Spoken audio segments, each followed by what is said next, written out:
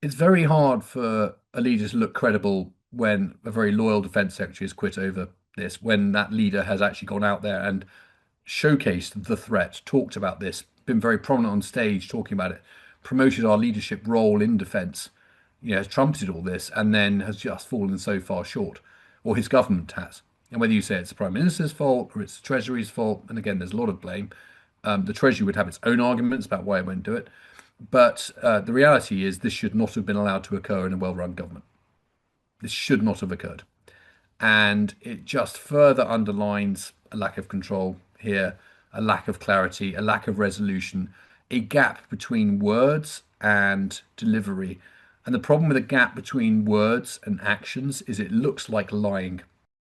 It was coming. It was coming shortly. We believed it was coming this week or next week ahead of the NATO summit in Ankara. And then what has happened is a very loyal and long-serving defense minister has quit over the plan because he saw it on Monday and it was very insufficient for what was needed and very insufficient against what had been promised. And a lot of people have put their credibility on the strategic plan being funded, frankly. And I think he felt he had no option, as he said, except to point this out and to resign because he could not front up a plan that fell so short because his own credibility was at stake.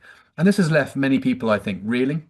But the ultimate reality is, I think the ingredients for this were set for a while with so much delay over the funding, so much anxiety over where money would come from, and frankly, a relatively small shortfall in terms of government expenditure to commit the money that was required for defence against the level of threat that the government itself, including the Prime Minister in Munich in February, argued was necessary. We've lived in a very orderly world for decades, which has been great. We now don't. There are real challenges. And even since the Prime Minister gave his speech in February in Munich, we've had, of course, the conflict with Iran. We've had the closure of Hormuz, which remains closed to this very point. We've had our interests threatened globally. And the UK response to that was underwhelming. I mean, so what we've had is a long-running saga, really, in British defence, particularly brought to the fore since the Russian invasion of Ukraine, but about the need for expenditure in a world where the threat was appreciated to be growing and changing. So this has been a long dialogue. A year ago, we had a big review of defence, or over a year ago now, we had a big review of defence, which looked at what needed to be done to protect the UK and its interests in this environment. And what that was waiting on was the Defence Investment Plan, which was the funding for effectively that direction.